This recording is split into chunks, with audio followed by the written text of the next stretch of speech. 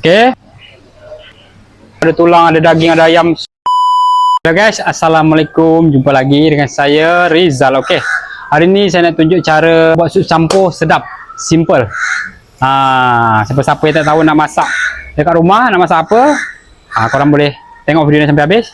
Kemudian jangan lupa follow akaun Facebook saya Rizal Tom Yum. Yang lain dah tak ada. Ada satu akaun Facebook je. Okey, tengok sini bahan-bahan. Okey, kita ada sini tomato, batang sup seledri, ni apa? Bawang holland, cili padi. Kemudian ada ayam.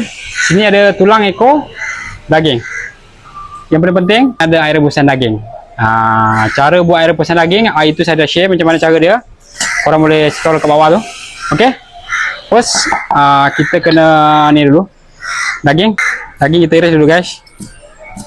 Ni daging ni dah rebus lah. Daging dah rebus, dah lembut. Sekarang jom masak. First, kuali, kemudian kita masukkan air rebusan daging. Apabila air dah mendidih, kita masukkan first ayam. Ayam kena masuk awal. Siapa-siapa dekat rumah tu teringin nak makan sup dekat kedai tapi tak tahu cara macam mana cara buat, korang boleh follow video ni. Okey, kemudian boleh kita masukkan ni. Daging, ekor, tulang. Dan nama dia campur, mesti kena campur guys. Dia kena ada ekor, ayam, daging. Pekat molek guys. Okey, kemudian baru kita masukkan dia punya sayur-sayur. Masuk je dalam.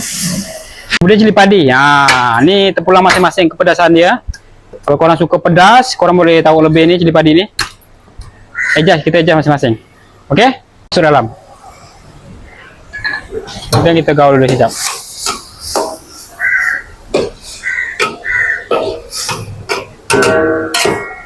Okey, untuk perasa dia guys, kita taruh sedikit aji. Aji terpulang masing-masing, kemudian gula sikit, garam sedikit, sos tiram sikit, kemudian kicap sotong sikit. Masuk sekejap. Okey, yang paling penting sekali kalau kita buat sup, korang kena ada ni bawang putih yang dah digoreng. Saya dah tunjuk cara dia macam mana buat. Okey. Nampak tu? Kemudian akhir sekali bila dah masak baru kita perahkan limau nipis. Okey? Kalau buat sup kena pakai limau nipis tau. Jangan pakai limau botol kalau nak sedap kena pakai limau nipis. Baru dia ada masam-masam pedas-pedas. Okey, kita perah lebih kurang sebiji lah, sebiji lebih. Tengok atas kita masing-masing.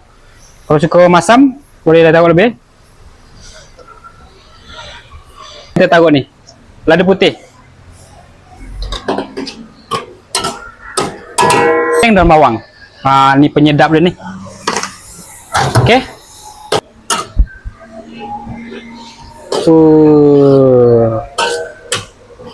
Boleh dihidang. Okey, dah siap. Boleh hidang.